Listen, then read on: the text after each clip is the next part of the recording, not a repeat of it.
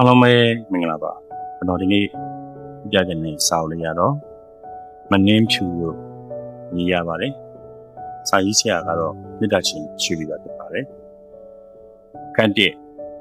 ဒီဘတူတဲ့တို့နှစ်ခါပြန်လာသူစာမတက်ပါပဲနဲ့စာမျိုးစုံဖတ်တတ်နေတော့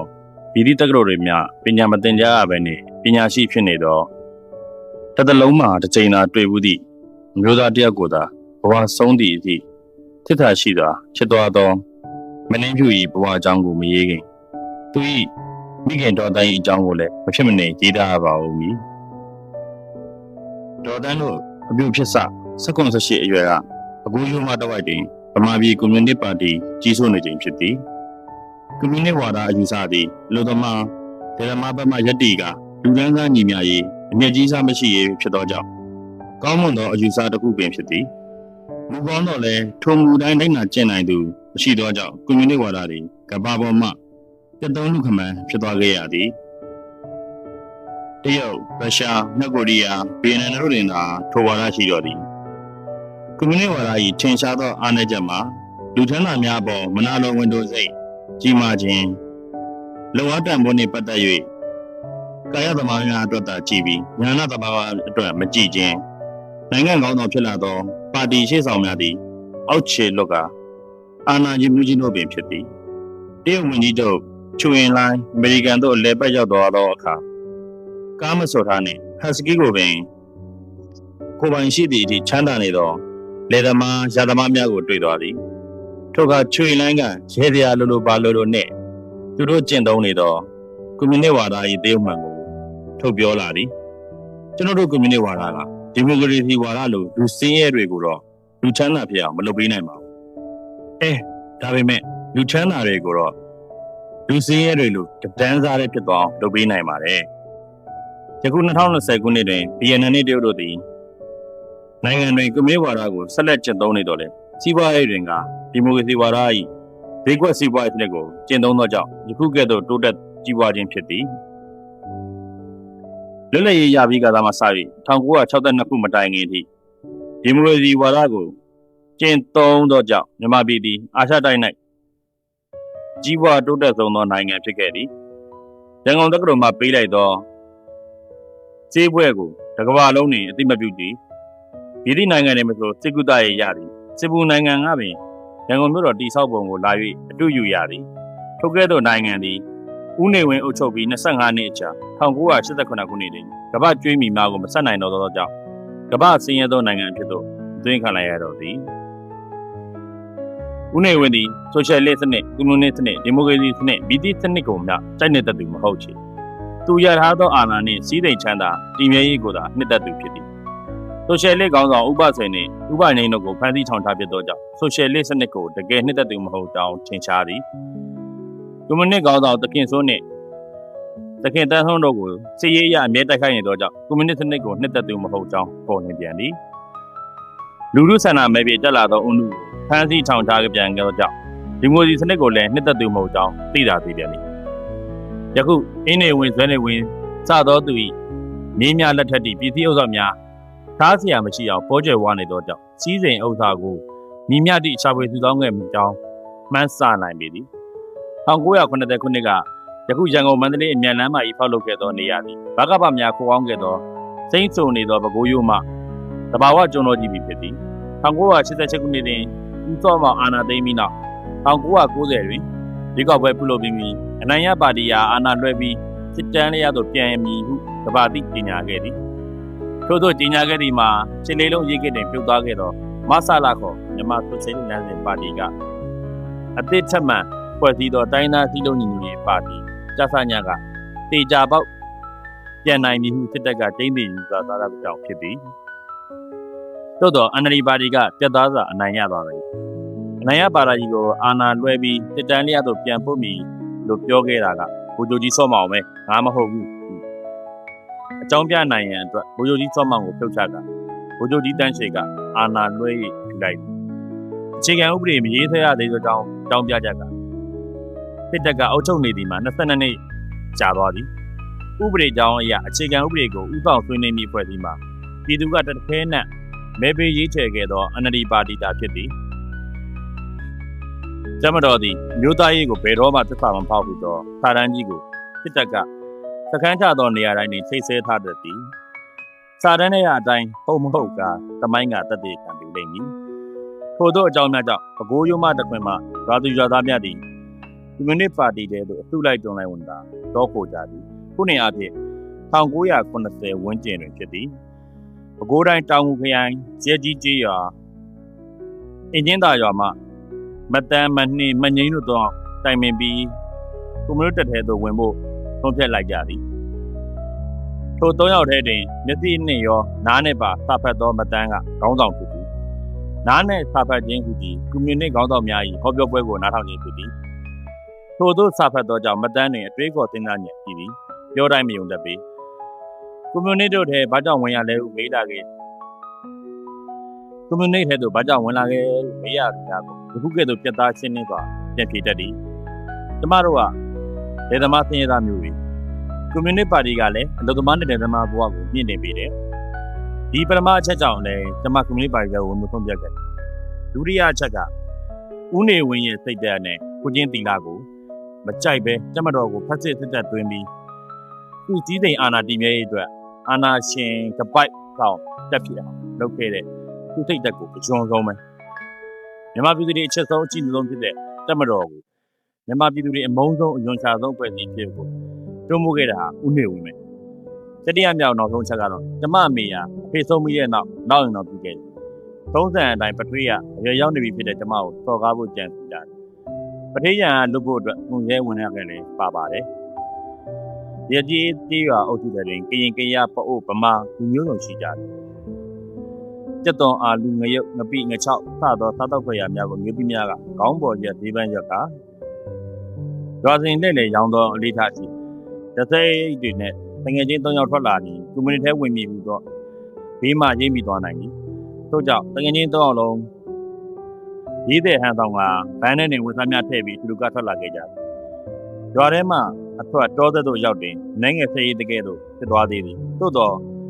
ကားလန်ကုမ္ပဏီတစ်ခုပေါ်ရောက်တယ်နောက်မှအပြင်းပေါင်းကလိုက်လာတော့မင်းလက်တစ်စီးကိုတွေ့လိုက်ရကြတယ်မင်းလက်ပေါ်တွင်သူတို့၃ယောက်ထဲမှာမယင်ကြီးအမေကိုနှမ်းနေကြရသည်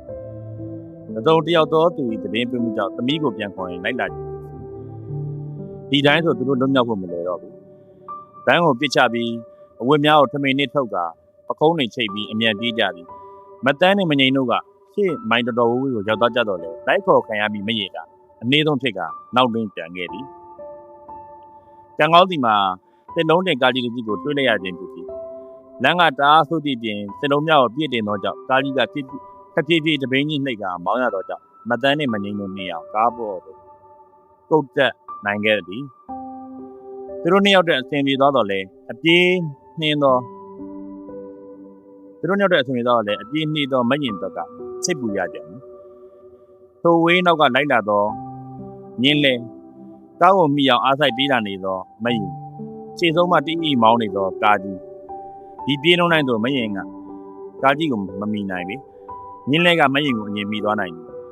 စိတ်သက်သောမတန်းကကားမောင်းသမားဦးလေးကြီးစီကိုဒီလုံးတွေပေါ်မှာလေးဘက်ထောက်ကရောက်သွားအောင်ဒီအကူကြီးတောင်းသည်ဦးလေးကြီးရဲ့ကားတစ်ခေါက်လောက်ရက်ပြီးပါသမီးတို့တငယ်ချင်းတယောက်ကားကိုမှီအောင်မပြေးနိုင်လို့ပါရက်ရှိန်ကြောင်းမျက်စိလီရဲနေသောကားသမားကြီးကမတန်းတို့နှစ်ယောက်ကိုပူတော်သည်နင်တို့နှစ်ယောက်ငါကားပေါ်ကိုစီးုံတော့မကသေးပဲနင်တို့တငယ်ချင်းတယောက်ပေါ့ပါရက်ဆောက်ပေးအောင်လေဟုတ်လားလူပါဝလိုက်တာကျွန်မပေးနိုင်ဘူးဦးလေးကြီးရဲ့ခဏရက်ပေးပါတကယ်ဒုက္ခရောက်နေလို့အကူကြီးတောင်းတာပါလူပါဝတာမဟုတ်ပါဘူးမရပေးဘူးဟာမတန်းမငိမ့်ကိုချက်လက်ကြည့်ပြီးခေါင်းဆက်ပြလိုက်တယ်နှစ်ယောက်စလုံး၏လက်များကအဝတ်ထုတ်ထဲမှဓမြောင်များကိုဆွဲထုတ်ကကားမောင်းသူကြီးနောက်လိုက်လို့ဒီလက်ပင်ကိုထောက်ပြီးသားဖြစ်သွားသည်မိနေအောင်တွေ့တာတော့ဓမြောင်အချုံကလက်ပင်တဲ့သို့တပတ်တစ်ခေါက်စာတတာလောက်ဝင်သွားတဲ့ပြည့်သွေးနိုင်ငံတည်ထွက်လာသည်ကြမပေးရင်တကယ်လို့တော့မိကိုကားစရာကြီးအပင်းစိတ်ကအလိုလိုတိသွား၏ချက်ပေးမလားမရက်ပေးဘူးကထုံးပဲပြောရက်ပေးမယ်မလုပ်ပါနဲ့ဒါကိုနည်းနည်းလျှော့ပါအောင်သားတဲ့နှုတ်ဝင်နေပြီကားရက်တင်နဲ့ထိုးထားသောဓမြောင်ကိုနည်းနည်းလျှော့ပေးလိုက်သည်ခဏကြာတွင်မရင်ကားပေါ်သို့ပုတ်တက်လာသည်မရင်တက်ပြီးတဲ့နေ့ကားကိုတမောင်းခိုင်းသည်မရင်ကိုခဏဆောက်လိုက်ရသဖြင့်မြင်းထဲကကားနဲ့ပို၍နီးလာသည်ဦးကြီးကားကိုမြန်မောင်းမိပါ မိတ်ပေးရင်ဖြင့်ကာသမားကြီးလည်းမျိုးတို့ဓာတ်ကိုအနေငယ်ထပ်သွင်းလိုက်အာညံအောင်မောင်းပိတ်မယ်ဓာတ်ကိုလျှော့ပြီကားကအရင်ထက်ပုံမြန်လာတဲ့ဖြစ်ရင်းနဲ့တော်တော်ကြီးဝေးသွားပြန်ပြီတနားကြီးတော်ခန့်မောင်းပြီးပြီကာမီကွန်မှထွက်လာကကားကြီးကထုတ်ရက်သွားပြီမတန်းကပါဝါချင်းကိုတစ်ချက်ဝှေ့ကြည့်ကကဲခတ်လိုက်ပြီးကားမောင်းသမားကိုမေးလိုက်တယ်ကားဘာဖြစ်သွားလို့ရက်တာလဲတခုပြတ်သွားတာပေါ့အောက်စင်းပြီးစစ်ကြည့်မှရမယ်မတန်းရောမငိမ့်ရောသူတို့နှစ်ယောက်နဲ့ကိုဖယ်လိုက်တယ်ကားသမားနှစ်ယောက်တို့စင်းကစပ်ပုံးခွင့်ရတယ်ညနေချင်းဆိုင်ပြီးချိန်တွင်မတန်းတို့သုံးယောက်မမြင်အောင်ကားသမားကနောက်လိုက်ရယတိမိတ်ပြလိုက်တယ်မတန်းအနောက်ဘက်သို့လှမ်းကြည့်လိုက်ရဟိုးဝေးကြီးတွေညင်းတွေကဇဲကောင်းကောင်းဖြစ်လိုက်လာတော့တာဖြစ်တယ်မတန်းကသူ့လိုနှစ်ယောက်လက်တစ်ဖက်ရန်ကချက်ပြလိုက်တယ်တောင်းတာကားကြီးပေါ်မှာခုံသွင်းတာတောအုပ်ထဲသို့ပြေးဝင်သွားကြပြီကုနေစကန်အမှတ်နှစ်ကိုဤတော်လက်မှဖြတ်သွား၏ရနိုင်ကြောင်းမတန်းကတေချာလိလာပြီးတာမဟုတ်ပါလားတောတွင်ဖြတ်လန်းကိုတနာရီကျော်ပြီးနေဒီနဲ့တက်စကန်တို့ရောက်သည်တသားသစ်လက်ခံသောဘူကြီးကျော်စီကမတန်းတို့သုံးယောက်ကိုစားရည်နေရီကအစအကုန်ကူညီပေးတယ်သူမြတ်သူသားကဲ့သို့အဆက်ပေါက်ရုပ်ရည်မျိုးရှိသောတတိကဲမတန်းကိုကပိုးရီအထူးကြီးဆိုင်ဆောက်ရှောက်သည်ကိုမရင်နဲ့မငင်းတို့တည်ထားမိနေသည်စစ်တဲ့နဲ့လေးလာခန့်တက်ပြီးတည်နဲ့တနက်ကင်ဝင်ရသည်တပတ်ကျော်ရှင်းစွာနေလေးရှိသောမိန်းကလေးတယောက်အနေနဲ့လူများတရောင်များပုံပွက်သေးထွက်တည်ပြီးစစ်တဲ့တန်းတက်နေကြသည်ကိုထောက်ဆသောအဖြစ်နိုင်ငံရေးခံယူချက်ညီမြတိညီမတီကိုမှန်းဆနိုင်ပြီပဲခူးရုံမရှိတဘာဝကျွန်တော်ကြီးသည်သူမင်းအတွက်အကောင်းဆုံးခိုးအောင်စခန်းချရာနေရာပင်ဖြစ်သည်ထို့ကြောင့်လည်းဦးတန်းရှိလက်ထက်တွင်ကျွန်းတော်ကြီးတစ်ကြောလုံးကုန်အောင်ခုတ်ရောင်းပစ်လိုက်ရာတောင်ကရုံးကြီးသာကျန်ခဲ့တော့သည်ထို့ကြောင့်ခေယစနစ်များပျက်စီးကယခု2027တိုင်အောင်မိုးရင်းရောက်တိုင်းရေလွှမ်းမှုအသက်နှင့်ပစ္စည်းဥစ္စာဆုံးရှုံးမှုတန်ကိုမြန်မာတပြည်လုံးခံစားနေကြရခြင်းဖြစ်သည်တပည့်များ၏အမြင့်များသည်ရေကိုဆုပ်ယူထားနိုင်တဲ့ကဲ့သို့မိုးတန်ရေတန်ကြောင့်တောင်များမပြိုကျအောင်လည်းထိမ့်သိမ်းထားနိုင်ကြောင်းတပည့်မရှိသောအခါတောင်များအောင်မထိမ့်သိမ်းနိုင်တော့ကြောင့်တောင်များပြိုကျလာကြသည်ထိုပြိုကျသောမြေများကရစ်ထဲတွင်တောင်များပေါ်ထွန်းအောင်လုပ်ပစ်သည်ထို့ကြောင့်မြေရည်များရှမ်းကြကလူနေအိမ်တွေများကိုလွှမ်းမိုးဖျက်ဆီးခြင်းဖြစ်သည်စစ်တပ်မှလာသောနိုင်ငံကောင်းဆောင်မှန်သမျှဗိုလ်ချုပ်အောင်ဆန်းမှလွှဲ၍လက်ကမ်းမျိုးချစ်များတည်တာဖြစ်သည်ကျွန်းပင်ကိုရောင်းချသည့်အတွက်ဒေါ်လာဘီလီယံ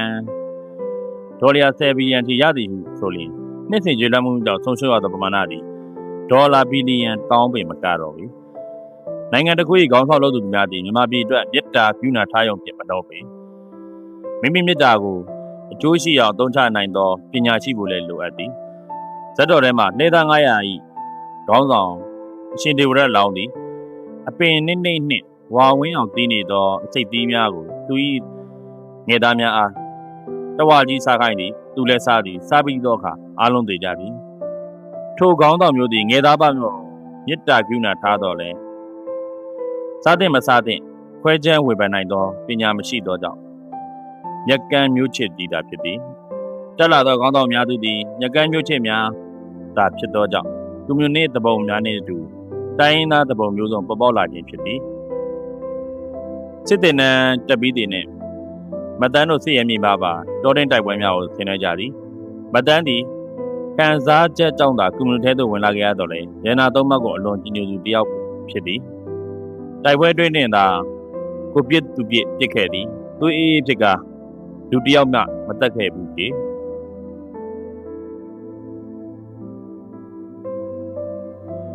တရက်တွင်တချို့ဟုသတ်မှတ်ခံရသောယောက်ျားတယောက်ကိုကြားမှမိသည့်တသားမဆိုဘယ်နှဖြင့်လာရောက်ထိုးသက်နိုင်သည်ဟုကြေညာချက်ထုတ်ပြန်သည်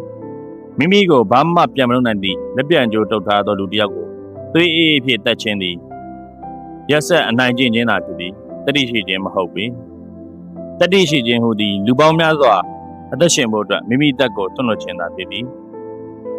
ထိုအချက်နှစ်ချက်ကိုအတူတူပင်ဟုထင်နေသောမငြိမ်းသည်တိုင်တိုင်း၌လက်ပြန်ကြိုးတုပ်ထားသောတရားခံအားဘယ်နှဖြင့်သွားထိုးတတ်သည်ထိုးသိမ်းတံကြောင့်အော်ဟစ်ရှုံ့မဲ့သွားသောတရားခံမျက်နှာကိုကြည့်ကမငြိမ်းတယောက် စိတ်တိကြိုက်ပြီး3ရက်ခန့်မအိမ်နိုင်မထားနိုင်ဖြစ်သွားသည်။နောက်နှင်ထိုကဲ့သို့အနိုင်ကျင့်လူသက်ပွဲများတွင်ပါဝင်ခြင်းမပြုတော့ပေ။နိုင်ငံ၏ဘတ်ဂျက်80%ခန့်ကိုစစ်ရေးအတွက်အသုံးပြုသောကြောင့်ဦးနေဝင်း၏စစ်တပ်သည်ဘကဗတပ်များကိုအမြင့်ပြတ်လူနီးပါးချိန်မိုးတုတ်တင်နိုင်ခဲ့သည်